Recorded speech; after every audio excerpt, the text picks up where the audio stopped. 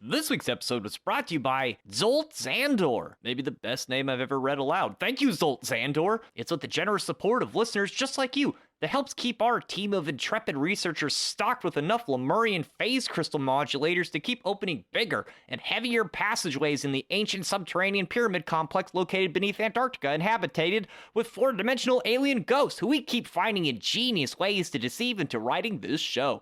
If you'd like to help us explore Antarctica, or just hear the second half of this episode, then please visit www.patreon.com/thewholerabbit, where your monthly donation of just $5 will not only get you the extended version of this episode, but all our episodes that are now easily accessible natively within Spotify. But that's not all. I'll send you a 5x5 high-quality super deluxe sticker of our Big Bunny Baphomet cover art and the secret keys to our Discord server where you can share cat photos with other listeners and even the hosts of the show. On this week's episode, we dive back into the esoteric teachings of Chaos Magick by reviewing the occult classic Advanced Magick for Beginners by Alan Chapman, stopping to discuss the menagerie of topics in each chapter and giving the curious seeker a leg up on where to start with their own magic practice. We start from the basics of what magic really is, the tools you need to advance rapidly in your quest, and the important information needed to fuel your journey, explained in a way that pretty much anybody can understand. In the free section of the show, we discuss what's even possible with magic, exercises and experiments you can do right away, and a no-nonsense crash course on how to start designing your own spells. We discuss Qabbalah, choosing a suitable magic name, synchronicity, basic magic, laws, and even some gematria. In the extended episode, we discuss the important features of the astral realm, the etheric body, lucid dreaming, how to work with spirits, demons, and even get in touch with your own holy guardian angel, whatever that is. We keep going and even explain the details of creating your own familiars, the stages of initiation a magician eventually passes through, and the prevailing theories about the dawning of a new era. Thank you, and enjoy the show.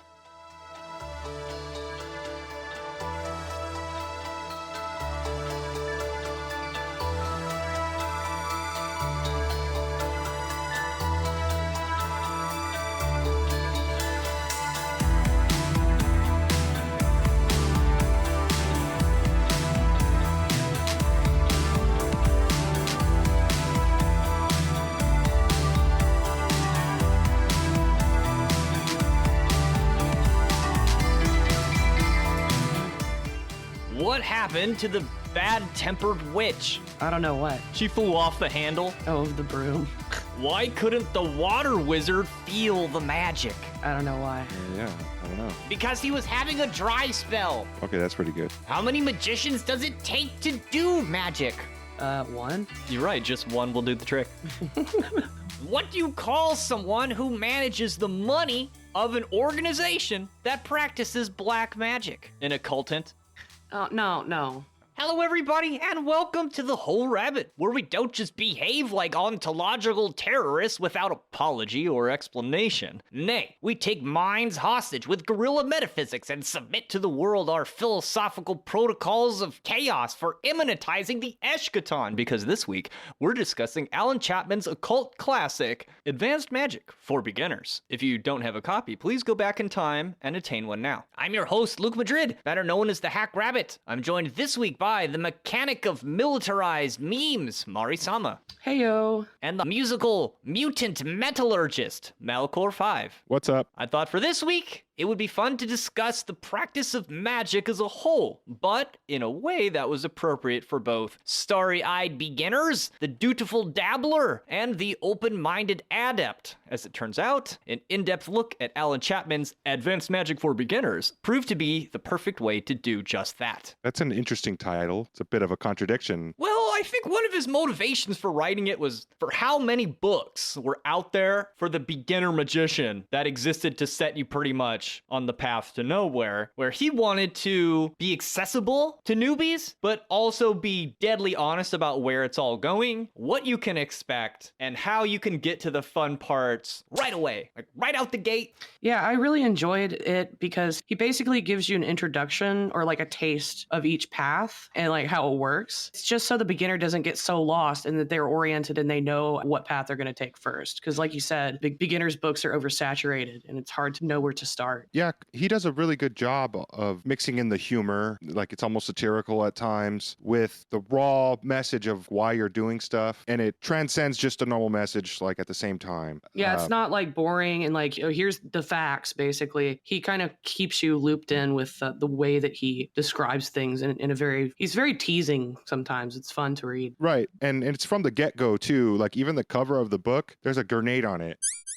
And I think the grenade is a perfect symbol for this title, Advanced Magic for Beginners. That's kind of funny, right? How are you going to give advanced magic to beginners? That's not what it's like, okay, well, a grenade is a very destructive device that anybody can use. It's like it requires very simple functionality and it can cause a high amount of damage. It's an advanced piece of technology in the hands. I like that he put that on the cover of the book. Yeah, because most magic books, you're either going to insult the intelligence of the beginner, or you're gonna, like in Crowley's case, get them killed.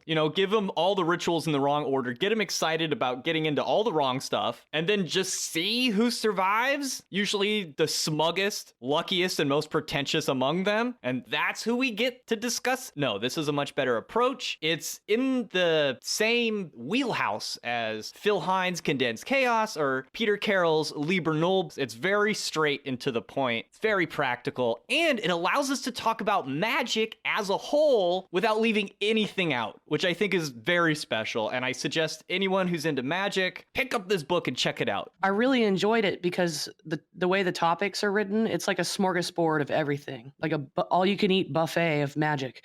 So let's grab those soggy spring rolls and get started. As with any work of classical literature, the journey begins at the introduction. Here, Alan Chapman initiates the conversation by asking the all-important question: what is magic? By orienting ourselves in the history of its development and calling us to action by pointing out that now, despite a fundamental widespread confusion about its nature, is the best time to get started finding out, he says. Investigating the Western tradition of magic can be confusing at the best of times, let alone for a person who is at the beginning of their magic journey. There is near impenetrable transcendentalism of the early 20th century magical texts, the moralistic environmentalism of the modern pagan movement, the popular naive sentimentality of the New Age, and the almost cartoon-like practical materialism of some postmodern authors. Where are we supposed to look for a basic introduction to magic when there doesn't appear to be a consensus on what magic is, let alone a reason for why we might want to practice it? However, this confusion around the fundamental nature of magic is, in itself, actually a fairly recent development. Historically, magic has a very specific purpose as a 2,000-year-old sacred tradition peculiar to the West. Beginning in Hellenistic Greece, where it was taught by the likes of Plato and Plotinus, it was absorbed into Christianity by Pseudo-Dionysius, then forced underground to become alchemy during the Dark Ages. It resurfaced through John Dee and Rosicrucianism in the 16th century, and later manifested as the European occult revival of the 19th and 20th centuries. Over the years, it has survived near extinction through religious persecution and deliberate misrepresentation. Today, it has to contend with the rot of extreme postmodernism, which is the principal cause of the tradition's current obfuscation. Postmodern thought is often misunderstood, and the concept of pluralism, the recognition of many contexts, and the understanding that no one context is privileged in and of itself is often confused with the absurd notion that every approach, culture, and tradition is commensurate and of equal merit. In terms of magic, the purpose and teachings of our magical heritage in the West has been replaced with this extreme ethical standpoint, and some magicians even claim that the Western tradition is actually a syncretic mishmash of any and all the magic religions practiced in the West. Is it any wonder we can't find a basic consensus on what magic is? Yeah, I like that he pointed it out in this way, and that the different practices and, I guess, branches of tradition in magic, they're all interconnected in some ways. Like, they're all describing the same truth, but they use different tools, approaches, metaphors, symbols, etc. And that's largely how I really got into magic, is because I was already into religions in that way. I love studying how similar they were underneath all of the, flowery language. And to me, that was a perfect way to explain why magic is so scattered these days. Yeah, and what I got from it is he's essentially saying that all religions are, especially the big ones, the ones that are dominating the West, like he's saying, they're all just as valuable as each other. They're all just as bad and as good as each other. There's room to to assume that he's also saying that all these religions have interpretations and there is a one truth behind all of it, but none is like better than the other exclusively. Yeah. We want to have our cake of postmodernism being able to break down each one and find its similarities, but we also want to eat it too by acknowledging that they're all uniquely different, have different cultural frameworks, and actually lead to something, where postmodernism tends to break something down until it's just like, what are we even messing with it for? So following this train of thought from the introduction, Advanced Magick for Beginners advocates for a method of chiseling away at the confusion about what magic really is by embarking on a personal journey of self-discovery, which, as Chapman points out, falls in line with the core philosophy of what has come to be known as Chaos Magick. This eloquently describes Chaos Magick as the spiritual equivalent of what kids today call FAFO, or around and find out, which, all things considered, works quite well as an apt description for what Chaos Magick is. Likewise, Peter Carroll is praised for his seminal work of 1978 dubbed Liber Null, which usually comes packaged with his equally powerful addendum, Psychonaut, and I agree that it deserves credit for helping preserve the magic tradition of the West by sweeping away the convoluted superciliousness of older paradigms enjoyed by either the privileged or the lazy and self-important armchair magician, while simultaneously attracting the masses to experiment. Chapman, on the one hand, celebrates the introduction of postmodernism into magic, which allows us to see the cultural relativity of different magic systems, but warns us that it also has gone too far, reducing the idea of magic to little more than a theory, ignoring well-established paradigms, and overemphasizing material results as the be-all, end-all of modern practice. Likewise, this begs the question which introduces the first chapter. If we're to commence around to find out, what honestly should we expect?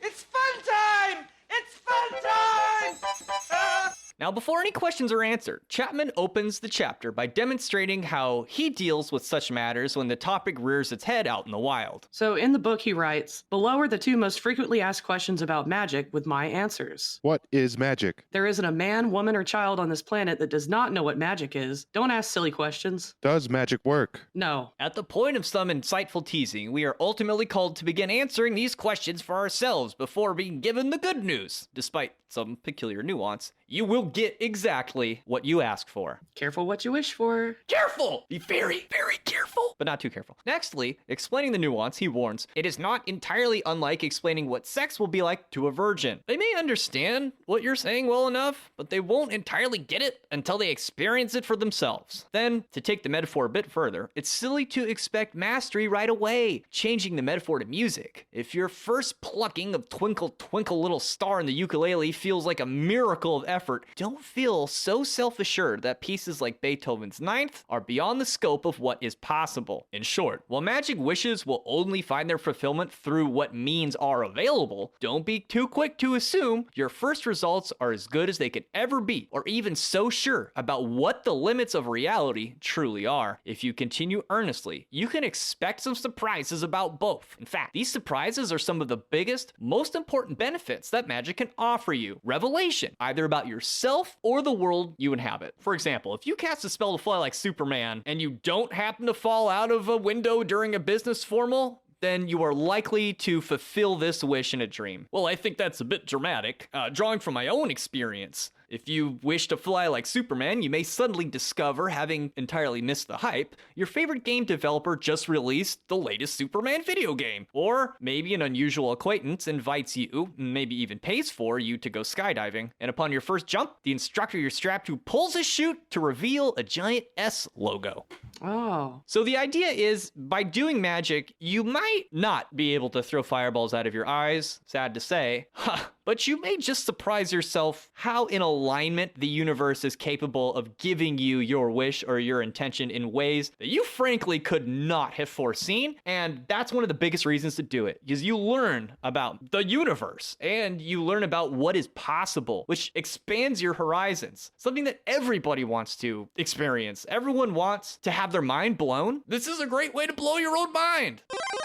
Well, I think a simple way to blow somebody's mind is ask the question, are dreams relevant? if you throw a fireball or fly in a dream, isn't that just as valid as your awoken mind experiencing it? You're still conscious while you're dreaming sometimes, and you can remember these things. What's the difference between, the experience? There's no difference between the experience. You can still remember it in a certain way. Well, not only that, even if you don't remember your dream, the fact that you experienced it, your subconscious kind of takes that in anyway. So I like that he likens dreaming to being part of the act of magic as well, because, if it's physically impossible, then it's likely to happen there. And if it does, it literally has happened to you. Like, your subconscious interprets that as something that has actually happened. Alan Chapman sums it up thusly. The experience of a magical result will reveal something very odd about the nature of reality. This will have a transformative effect. Your previous view of reality and yourself must necessarily change as a result of that experience. It follows then that the more you do magic, the more you will encounter revelation, and the more you will be transformed. It must be stressed that intellectual comprehension or explanation reveals or changes nothing. If you want to know the truth, you must experience it. Magic is one way of experiencing truth. To summarize greatly, Chapter 1 concludes by warning that, like the truth, magic is not for everyone. And if you around long enough and hard enough, finding out can be dangerous, even to the point of losing one's mind. How about that one? I can agree with Chapman that for the dabbler, this sounds, hyperbolic at first. But as you wade deeper and deeper, it becomes a sincere risk. In my case, I had a revelation that slapped me so hard, I called it a theophany. Its effects were permanent, in a good way, but on either side of this priceless occurrence, I paid with sanity, friendships, and reputation I will never fully recover. In this particular case, it was absolutely worth it, while in others, not so much. So I've sacrificed for some stuff, and oftentimes I'm left feeling like, that probably wasn't worth it. But in this case, I paid a lot more, and it was worth it. Magic is worth doing. It is worth around to find out. Yeah, it's true. And I think I've told this story before on the podcast, but even before I started studying magic in college, I took on Lilith as a patron god. Oops. Yeah, I knew to approach and be very respectful. But as I was reading this, I realized I up a lot. And all I did is I asked for knowledge and protection, but I did not give her an offering and I did not banish. So actually, essentially what I got is like a relationship that was really electric, and it was like meeting myself and another person. It was really invigorating. And then it's like the biggest heartbreak of my life. And that's what led me into actually studying magic and stuff. So she did end up teaching me a lesson, but it took so much time out of my life that I done other stuff, and making myself better. But I kind of got stuck in that trap. But coming out on the other side, and I literally was transformed after that relationship ended. And that's when I started looking into it and started listening to the show, and everything came together for me afterwards. Chapter 1 also warns that magic has many diverse expressions in both culture and as individuals that a fledgling magician will have to choose from and exist within. For instance, in America, you can work towards becoming a vampire without fear of public execution and feed your power on weeknights playing in dive bars and a Sister of Mercy cover band, if you so choose. We've all seen these people. You also could just become a priest. You could go join a seminary. There's lots of options for you. This brings us to Chapter 2. Now, the first and perhaps most powerful tool a magician needs in their arsenal is, of course, the magic journal, the most feared and reviled of all magical weapons. After all, wasn't the point of graduating high school so we would never, ever have to write again? I mean, that's what I thought. I'm so bad at this, though. I really need to get back on it. Quoting from the book, "It is traditional for the magician to write down every magical act, result, and experience in the magical diary, which functions as a tool of encouragement, a scientific record, and a means of magical integration." While it's easy to fall prey to laziness, a magician must overcome. Some benefits of having a magical journal include a goad to continue practicing. Without a record, it's easy to forget how long it's been since you've done a working. If you regularly keep a journal, you are regularly doing magic, which, like working out, is what you need to do in order to stay in shape. Next, it's a record you can use to identify strengths and eliminate weaknesses. What works? What does not work? If you catch yourself in a bind but can't remember what helped the last time, well, you've learned nothing. You gotta keep leveling up. What does the scouter say about his power level? It's over 9,000! What, 9,000? You can also start to keep track of like actual percentages of your spell workings being successful or failing, because you can count the times you banished, count the times you invoked, particular energies. Did it work or not? And you can actually tally it out and figure out a percentage, I guess. You tally up all your stats on your great magical Excel sheet and realize that the pigeon god always seems to ignore your supplications. It's because you have Horus on your altar and he's afraid of falcons. Next, you may discover niches you're headed down, for better or for worse. Do you use candle magic almost exclusively but to little effect? Do you avoid conjuration despite always having good results? Etc., etc. It's like, oh god, every time I talk to Andrew Melick, my butthole bleeds. I gotta do it more. Alan Chapman also says this. It should also be noted that today's slightly insignificant but odd occurrence is tomorrow's mind-bending synchronicity. If you don't write it down, you may miss something very important. Yeah, like what if that weird dream you had was actually giving you the secret key to attaining like those top 5 things on your wish list and you just didn't record it? So Yeah, and I find that it's hard to recall specific things. So having the stuff written down, you can go read it again and say, oh, well, here's where I did A, B, and C wrong, or I would do this differently. I mean, it really is a good idea. As a musician, the most magical thing you could do is to notate your song, correctly, and it's on the record. So should you ever forget or you, I guess, pass away, you've recorded a master album and, they can listen to it forever. That's magic, right? Music is magic. Yep. And so is the record. Now, without a journal, revelatory experiences also tend to fade somewhat rapidly. By recording them, and perhaps most importantly, the circumstances which surround the experience, you gain a much better chance of integrating these experiences into your normal life and actually give them an opportunity to repeat. So, according to Alan, the first exercise goes as thus. You write down every act of magic that you do, including the actual method used, and lastly, the results obtained. Should you need one, here's an example of what a diary entry is like. December 3rd, 2008, 14:21 p.m. Who uses military time? Sigil method description. Creating a sigil from the statement, I will find my house keys. Used concentration practice for gnosis. Found it difficult to forget the sigil afterwards, but this didn't take as long as last time. In a later diary entry, it might say, December 4th, 2008, at 10 a.m. Result from sigil from December 3rd, 2008. David just phoned, said he found a set of keys in the back of his car, and wondered if they were mine. My favorite story about the lost keys is Peter Carroll, who said he got so mad. He just was like pulling his hair out angry and his keys just appeared behind him. This fell out of the sky and dropped on the floor behind him. It can happen, I guess. Interesting. On to chapter 3. But what about magic itself? Where do we get started? Sigils, of course. If you want to start experimenting with real magic, you probably should create a sigil. And, like all basics, mastery of the simple is the only path to mastering the complex. Chapter 3 covers this in some depth. He says, creating a sigil is easy. First, you need to write down your wish or intent as a statement in the first person and present tense, as if said wish has already been fulfilled. For instance, I want gold is not as good as I have a chest full of gold. A sigil of the first sentence will lead to wanting more gold, while a sigil of the second will lead to actually having a chest full of gold. Do you want gold? Once the desire is written down in this way, you want to make it into a sigil or glyph that makes your brain go, whoa. This is often accomplished by writing the intention down, removing any vowels or repeating letters into a magical looking symbol. From my experience, it greatly helps if it looks magical to you.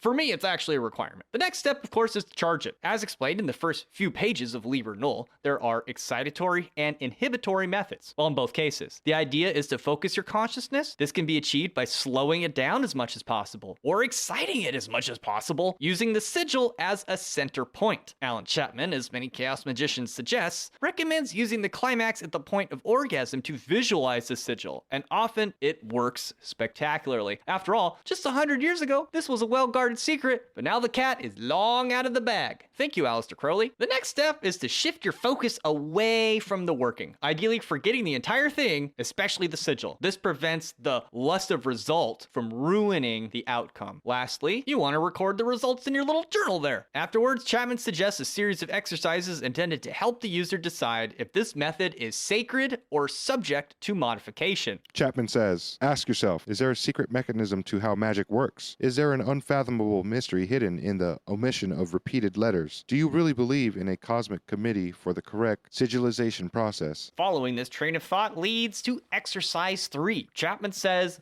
the pen and paper, number 1, think about something you want to occur and then mentally state it. 2, now randomly create, using your imagination, an abstract glyph. 3, decide that the glyph represents that statement. Now you have a sigil. Number 4, go charge it and wait for the result. And finally 5, record the outcome. Was it different? Assuming you had a successful result of some capacity, we can even break the process even more than we just broke it. Afterwards, we test yet again. Does it still work? For instance, you take the last sigil, decide that it means something entirely different, and then try charging it again. And if you do, you will likely discover that the outcome actually changes. It's not something objective about the sigil itself. And this will allow the magician to realize that it doesn't have to be a sigil. It could be a combination of numbers, a word, a gesture, or even a choreographed dance sequence. With this in mind, this essentially turns how you do magic into a matter of aesthetics. In the next chapter, Chapman takes this postmodern reductionism to its extreme and gives us a good fundamental instruction of performing nearly any act of magic.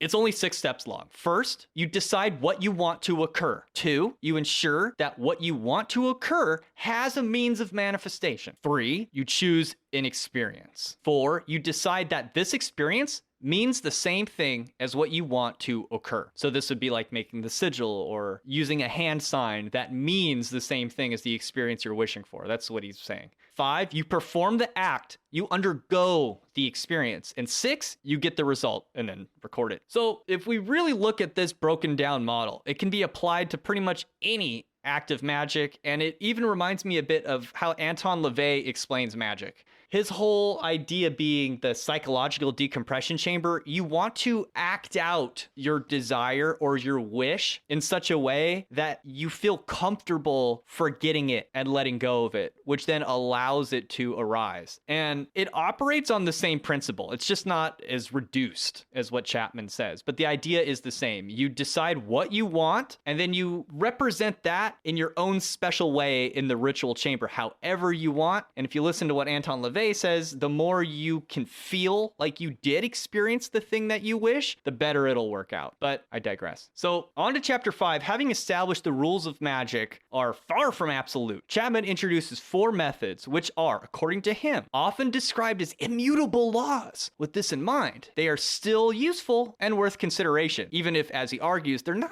necessarily immutable. You don't need to use these 4 laws. Each one can sort of work without the other, and he explains how. So number 1, the sympathetic method. From cave paintings of a successful hunt to your ex's head on a dartboard, the belief in like causing like is perhaps as old as man himself. Sympathetic magic is wonderful for encouraging or developing magical innovation. For instance, if you wanted to get rid of your boss, do you acquire a set of action figures and play out an office drama of what you want to happen? Or do you draw a little picture of him, chew it up, and spit it out your office window? To be crude, it is true that like causes like, but it's also true that unlike causes like. Consider the use of the nonsensical sigil as outlined in chapter 3. It's painfully obvious, even after the most cursory consideration of the concept of similarity, that to equate 2 things is a decision made by the magician. Do you think that there is a universal similarity department run by a crack team of elemental inspectors who will descend upon the doodle of your boss to measure how well you've captured his likeness? Yes. This guy's great. Just as similarity is a decision, so is the meaning of an event. Whether it's playing with an action man or slapping yourself on the forehead with a banana, if you decide the experience means your boss will bugger off, then he will. You just need to make the decision and perform the action. A magical act does not need to be sympathetic to the desired result in order for it to work.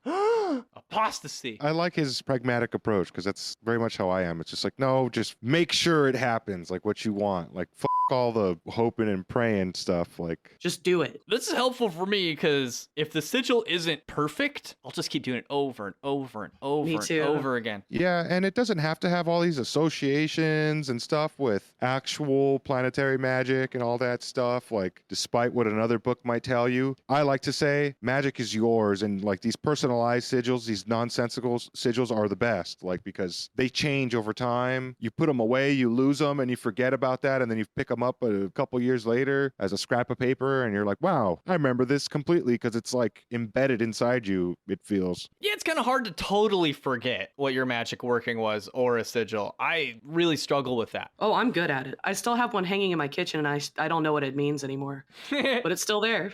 It means bacon. So this brings us to the second law or method that magicians, quote, must use. Commonly, when working magic on a specific person, place, or thing, a material artifact of said target is often considered essential. This is called the magical link, according to Alan Chapman. While it might be helpful to have somebody's toothbrush or fingernails, writing their name or creating a clay simulacrum is just as effective. And as we just discussed in the first magical law, the clay simulacrum doesn't really have to be exactly like what you're aiming at. Although if you do have somebody's fingernails, the universe can't really question who it is you're sending the, spell to, because it's their fingernails. It's very specific. So Yeah, it's helpful to have a magic link, as it's said, but you also do not need one. especially if the person has like a generic name and you're just using like your own signature version of their name on a piece of paper. And if you have like John Doe's fingernail, like you're not going to just resurrect some other John Doe, Exactly. Whereas, like, if that first John Doe was really ready to be resurrected, well, it's more likely to happen. So, in some cases, it helps to have a magic link, but it's not necessary, really. Then, this leads us to number 3, the Gnosis method. The term Gnosis was popularized by Peter Carroll and has since become a staple of chaos magic, often referring to an altered state of mind, usually a singular focus that can be projected towards the result of the working, like in the case of charging a sigil. Chapman is clear that while this is a functional method, and he's even suggested it in the exercises prior, it's not a feature of some schools of magic, especially from the African or Caribbean ones. I found this to be a bit surprising. In short, Chapman boils down Gnosis into a method which safeguards against lust for result by catapulting the magician into a state of direct experience, reminding the reader that the true secret of magic is the experience itself. I love that so much that he points that out, because I often forget about it, that you just need to do it and get into it. I thought that was refreshing, that let's say you put all your effort into making the perfect ritual. If you're not like all spun out and feeling it the way you imagine, but you do it faithfully, it will still work. And the opposite is true too. Like if you catapult yourself into that magical state of mind, but you don't have all the accoutrement, it'll also work. It doesn't make one approach more valid than the other. Of course, it does help to combine methods if you are able. And then number 4, I'm sort of surprised to see this here. He calls it the amnesia method. Frequently, one is instructed that forgetting a working sigil or intention is important to have it come to fruition. We just spoke on this. And while this is true in various systems, it is usually ascribed to allowing the desired outcome to enter the subconscious, where it can take root and begin manifesting itself unimpeded. Often, this is further explained as ridding oneself of lust for result, which most experienced magicians will identify as a killer of desired outcomes. Like if you really, really,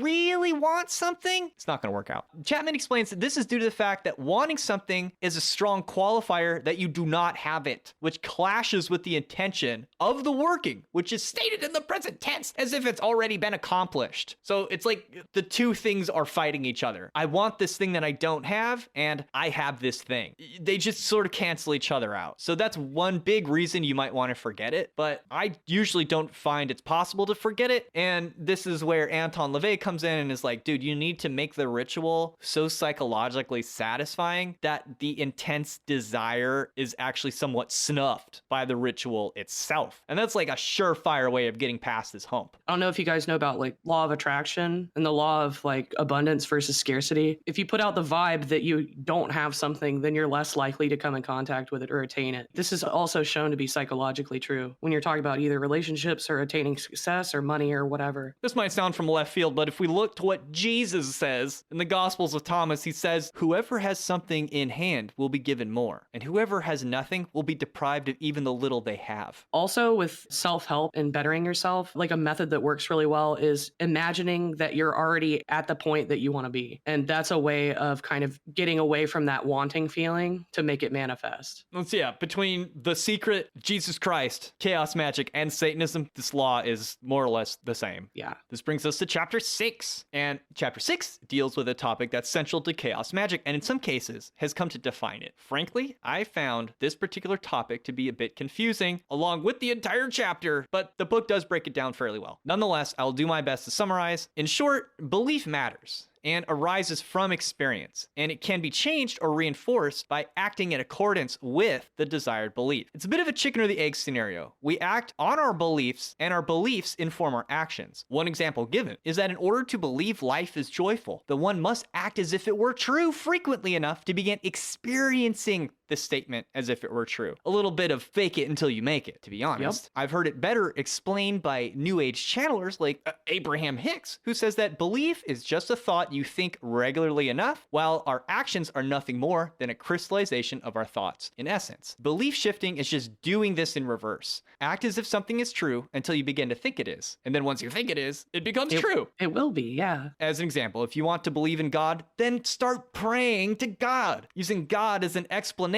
does not count. This is an important part of Alan Chapman's entire message. Like, it's not enough to explain how something works. You have to experience it. Like, what you think happened, your explanation of it doesn't really matter. He says, if all you need to do is act on a belief to make it true, then if you want to live in a happy, wonderful world, all you need to do is act like you live in a happy, wonderful world. This can be anything from a full-blown ritual act to something as simple as telling yourself the world is a fun, good place to be. Of course, just saying this once won't change much. Try it and see how fast you revert back to thinking and acting as if the world isn't a happy, wonderful place. In order to work magic on the self effectively, you must replace the habitual magic that you do every day with new habitual magic. This means repetition. So I was trying to think of a concrete example of this. Let's take the person who espouses a disbelief in the supernatural, but then also refuses to play with a Ouija board out of abject fear. The act of avoiding the Ouija board is a better reinforcement in the belief of spirits than an intellectual rationalization that they do not exist. Does that make sense? Yes. Like, if you are afraid of ghosts and modify your behavior in accordance with that fear, it doesn't matter what you intellectualize about ghosts.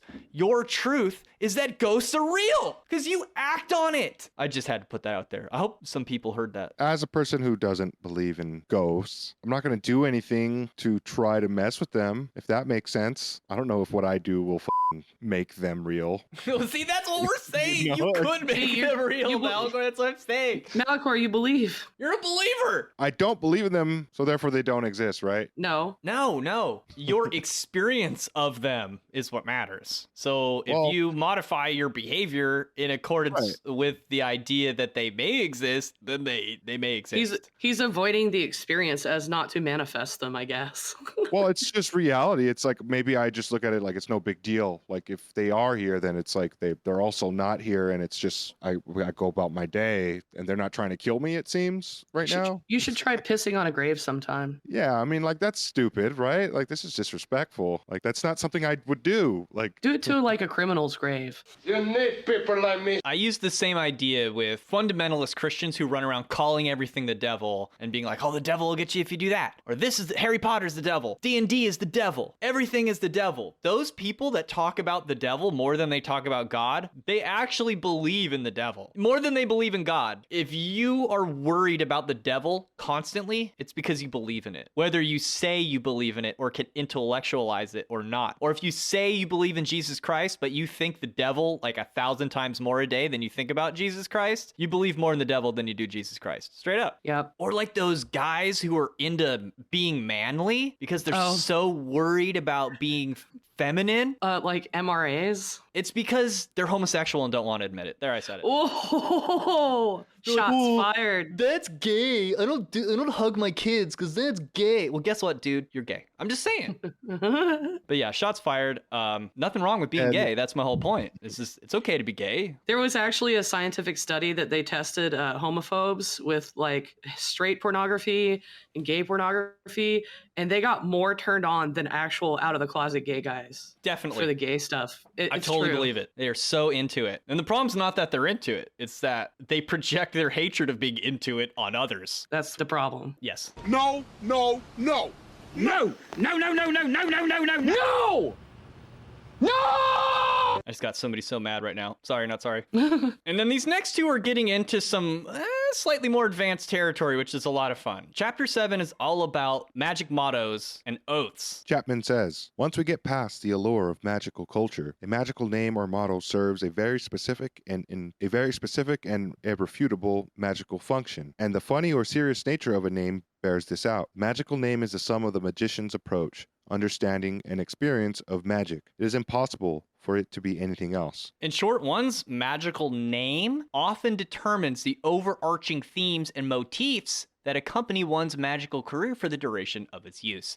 This is, after all, why it's also usually called the magic motto. It's something that you have to take very seriously, apparently. Like, if you name yourself something, like, you're going to magically be all about that. And just the same as your motto. Let's say you're a chef, and your special chef name is Butter Catapult Boy. You have to slap butter on everything. That's what you do. Or else somebody's going to challenge you for the name. And then it's not your name anymore. Somebody else is going to be slapping butter on stuff. So for me, anytime I get lost, I can come back to Hack Rabbit and remind myself what it is I'm all about. He says, whatever the circumstances of your adopted magical persona, there is no escaping the fact that the magical name determines who you are as a magician, and it should be acknowledged that the identity you have chosen is an act of magic performed on the self. Now, the corresponding exercise to this chapter goes thus. Number 1, devise and adopt a magic name you are comfortable with, using the means you find most suitable. 2, once created, investigate what the name says about your approach, perception, and understanding of magic.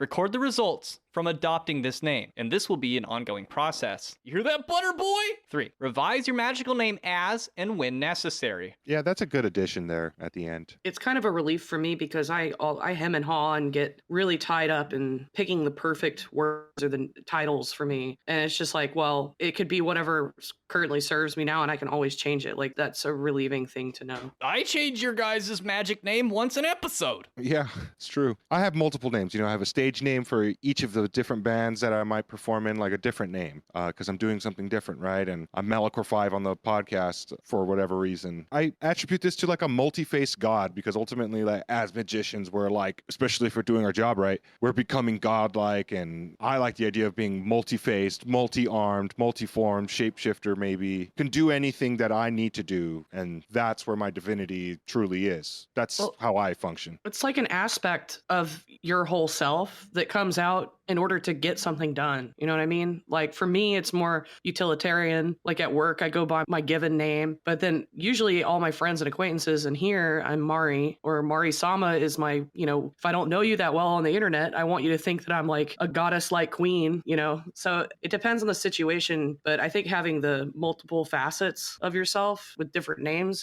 I think that's totally viable too. Yeah, even the bad ones, all of them together, they might have a use someday. And then chapter 7 concludes with a warning about magical oaths. In fact, it's quite a bit like my fundamentalist neighbor's parents warned me about. It's exactly the same wisdom. They said, whatever you swear to will likely come true, for better or for worse. You need to be careful what you magically agree to. If you are sworn to secrecy under the threat of death, even if the officiant doesn't kill you for posting his secrets on the internet, something else might kill you. It's like Tony Montana says in Scarface. All I have is my word and my balls. Yeah. Like, the word is your law. Like, he's giving you his word. You're going to do the job. You tell somebody that, you got to do that. Like, don't go back on your word, because all you got is that in your genitals, I guess. Well, yeah, I mean, if you break your oath or you break your word, you better be ready to handle it. You better have some stones, because it's coming. Don't break your own word. Yeah, don't be mad when the reckoning comes because you broke your word. Like, that's your fault. You know. You break your word, you break your balls. See, we can learn things from Hollywood movies. That's okay. We're chaos magicians. My favorite magic movie of all time is Apocalypse Now. So go watch it. Okay. And this brings us to chapter 8, perhaps the biggest can of worms in the whole book, and the one that's most appropriate for our show. As mentioned, it's chapter 8 when things start to heat up. Finally, we arrive at the litany of esoteric correspondences one can use in ritual or art to accomplish a better result. Here, Chapman's philosophy on the subject really shines and lays things out clearer than I've ever encountered before. So here he states, it cannot be made too explicit that the application of complex symbolism does not mean an increase in quantitative results, but an increase in the quality of the result. With a quantitative approach to magic, the simple sigil engenders the same number of results as the overblown symbolic rite, i.e. 1. But if we consider the two magical acts in a qualitative sense, the symbolic rite creates more meaningful result due to the richness of the meaning employed during the ritual. The novice must not try and run before he or she can walk. It is essential during a ritual that every element of the magical act has a clear purpose and a reason for doing it. It is better to decide what one action means and undergo that experience than to attempt to employ 1,000 symbols and not fully understand and end up confused in the middle of a cumbersome and overly cerebral rite. I think this is an elegant explanation that every mage should hear during the early days of study. Using the appropriate associations does not get more results. It gets higher resolution ones infused with more meaning. And you shouldn't make it so complicated and so Liber 777 out that you can't do the ritual properly. Like, you should stay at whatever level you're comfortable with and build up to that Liber 777 extravaganza that you imagine. You know what's kind of funny too is that this is exactly how good design is implemented, because design is art,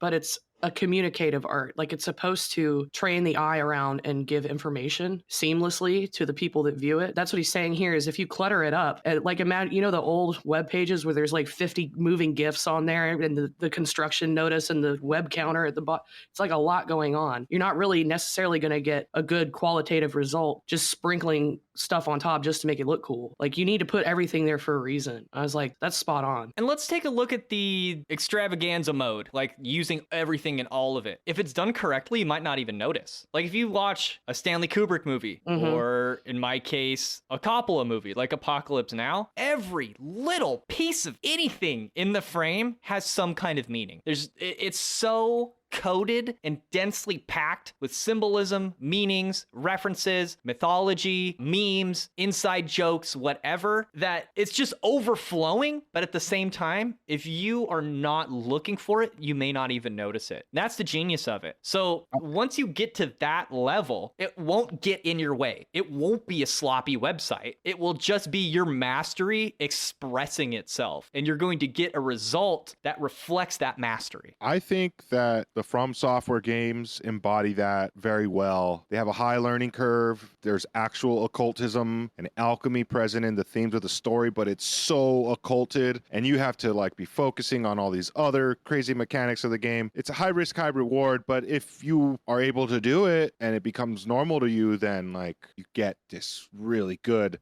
example of like the juice was in fact worth the squeeze, at least in my opinion, when it comes to video games. Applying that to Magic is very fun at the same time. Well, like, the game is still playable and fun, and it attracts people who will know nothing of the amount of depth it has, right? Yeah, and they may not even care about all the occultism and spirituality, alchemy stuff. They're just like, that game's awesome, I'm good at it. And it's just like, well, you are embodying this alchemical process of just like a normal gamer who transcended the non-hardcore realm, and now you're a hardcore gamer, or whatever the internet might call you, because you beat that hard game, and you're just like, well, I enjoyed it. I don't care about all the occultism.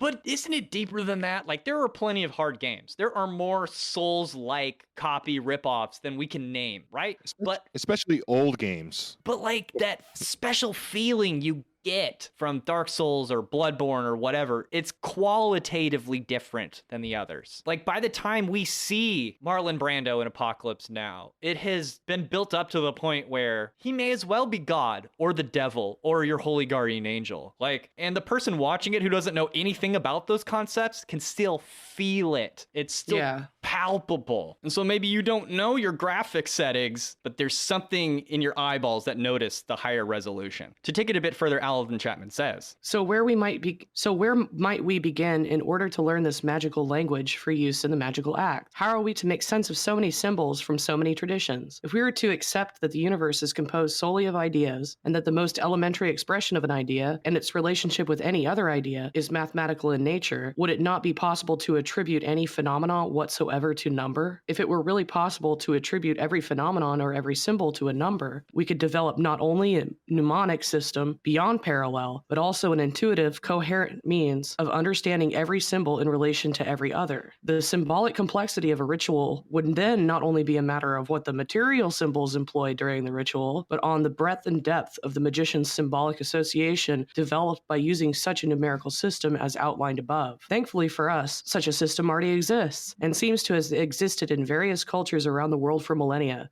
Today we know it as the Qabbalah. So if you're a longtime listener, you may have already figured out that the whole rabbit absolutely loves Kabbalistic association, which extends well into the realm of number sequences. In fact, our series on the major arcana of the tarot has only been able to reach its desired depth due to our willingness to follow clues that were embedded on purpose into each of the cards using this Kabbalistic method of numerology, which is more properly referred to as gematria. I giggle a little bit while saying it because there's at least a handful of listeners of this show that are vocal about this in the Discord, that they don't believe in gematria because it's just too wacky. Bro, I remember that guy. Yeah, dude, He was an asshole. oh man, we had someone jump into the chat and be like, hey man, I saw your stuff about the movie Mandy and all the secret stuff. Haha, man, you should check out these symbols I found. He was like, look at all this, like the government is lying and there's propaganda everywhere and the Satanists. And we're like, yeah, we know that. And then we're like, check out gematria and, Qabbalah. And he's like, that shit that's not real. It's like, oh, It's come like, on, man. You go on and believe no, in weird well, stuff, but I mean, I don't know.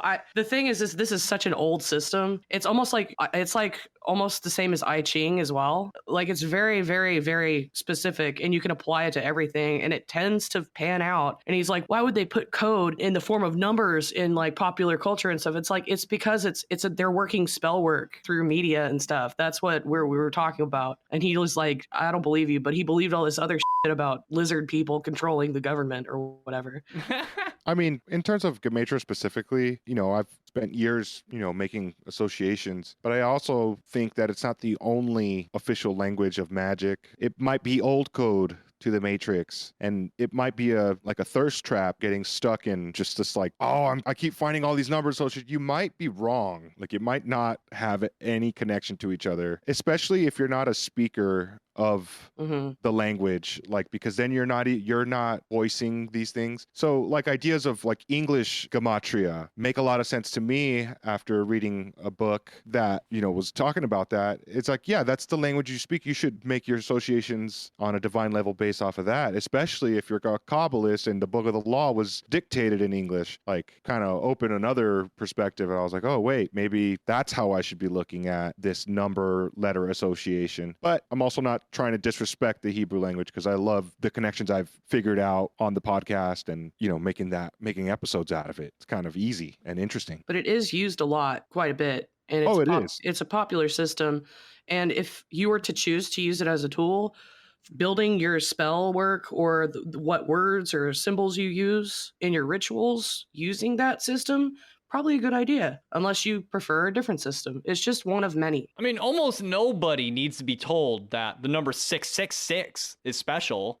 Non-believers are like, oh God, it's the number. But it applies to other numbers too. It's just 666 is a great example because, in the Bible, it says it's the number of man. And then I love to point out that humans, as carbon-based life forms, what's carbon on the periodic table? It has 6 valence electrons. It's 6 neutrons and 6 protons, unless it's an isotope. So it is the number of man. It also starts as this black, acrid substance that, after enough time and pressure, can become clear and translucent like a diamond. So It's a good metaphor for things. And if you're really into your study, then you'll find lots of interesting things like that in your gematria quest. So to level up in gematria, Chapman has some exercises. So nothing's left out. Number 1, choose a Qabbalah, which could mean Hebrew, Greek, Latin, English. Gone, that's gematria of nothing. It's a very cool Chaos Magick system of gematria that now is very hard to find generators for online, but you can learn it yourself. Although it's nice to have a database, you can purchase a good book on the subject and then memorize the alphabet with its numerical values. We can show you a cool PDF if you happen to come to the Discord, for instance, and that will make it a lot easier. 2, develop a book of numbers. This is pretty ambitious. Write down every number from 0 to 1,000. I don't even know if I can do that. Then you work out the numerical value of all the ideas that are important to you using the Qabbalah you have chosen. And then you write them next to the corresponding number, add words as and when necessary. So you gotta go full nerd if you're gonna follow this exercise. You just go like, you're gonna need like 2 pairs of nerd glasses and just switch them out every page. 3, you should study the tree of life and work out where each word in your book of numbers belongs. That's kind of exciting. And then you gotta learn more about the tree of life, and it's like, oh man. 4, study all possible mathematical relationships and ascertain what these relationships mean for the ideas to which you apply them. Woo! So what is so special about the number 36, or 88, or 49? What makes these numbers qualitatively different from their quantitative value? See, I can use big words. And then 5, classify every phenomenon you experience in terms of the tree of life until it's habitual. Or you could just listen to the whole rabbit, because we'll do it for you. And this sounds like it's horrible, awful studying, but dude, it makes watching amazing movies 10 times as amazing when you realize that some of these folks actively do this stuff. Even if it's not just numbers, it usually does involve numbers, and it can be symbols, and they correspond in a way where you get an even better insight of the director's mind, his creative juices, you could say. And then, if you're a real believer in magic, these things can happen spontaneously. You can even analyze your own work using these methods to gain a better understanding where your subconscious mind is going and doing. It's a true pleasure. And Chapman suggests if you want to know how powerful this stuff actually is, experiment using rituals or magic both with and without these correspondences. Now, in regards to what I said earlier about analyzing your own material using this method, Aleister Crowley claims that the intricacies of gematria in his own Book of the Law supersedes his own ability by such an extent, he feels the need to point it out as proof that the Book of the Law was channeled by a non-human intelligence that vastly exceeds our own. If you think about it, the statistics for that being randomly generated from somebody just babbling, those correspondences, that's like slim to none. So it's kind of a good argument. At its very worst, if it's not a channeled message, it's a work of art that's a masterpiece at its very least. It's quite the tale. The Book of the Law, to be specific. And so if you're writing a piece of poetry about, let's say, blood, and you get the number 44 when you break it all down, yeah, you must have tapped into something, because that's the Hebrew numerical gematria of that particular word. Maybe find out what it means in English. Yeah. That's my favorite number. 40, mem, and dalet, 4, 44, dim, it means blood. Wow. And those 2 words also kind of mean water door. Oh. This is gonna be cool. But if you'd like to keep nerding out about the intricacies of magic and get into the more advanced stuff in Alan Chapman's book of Advanced Magic for Beginners, then please visit www.patreon.com/thewholerabbit, where your monthly donation of just $5 will not only get you the second half of this episode, it will get you the second half of all our episodes, which are conveniently compatible with Spotify. You can just whip out the app and listen to all our episodes, and honestly, Spotify keeps them in order much better than anything else. Aside from that, I will also send you a 5x5 high-quality vinyl sticker of our Big Bunny Baphomet cover art so you can become a really weird Knights Templar as well. But not only that, I'll send you the secret keys to the temple where you can enter into the hallowed chambers of our Discord and analyze the divinatory messages of the giant mechanical robot head that dispenses our fate in the form of highly confusing divination and messages from the beyond. Thank you, everybody. Eat carrots and shoot lasers. Pew, pew, pew.